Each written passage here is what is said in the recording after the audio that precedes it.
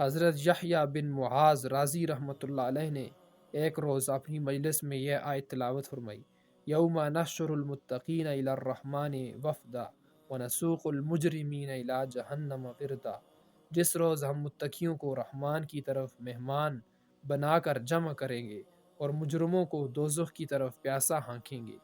اور اس کی تشریح کرتے ہوئے فرمایا: لوگو صبر کرو، کل قیامت کے دن تمہیں حشر کے میدان میں ٹولیوں اور جتھوں کی صورت میں لا کر جمع کیا جائے گا اور اللہ کے سامنے ایک ایک کر کے پیش کیا جائے گا، اور تمہارے ہر قول و فعل کا تم سے حساب لیا جائے گا، اور اس کی بنیاد پر تمہارے واسطے جنت یا دوزخ کا فیصلہ ہوگا۔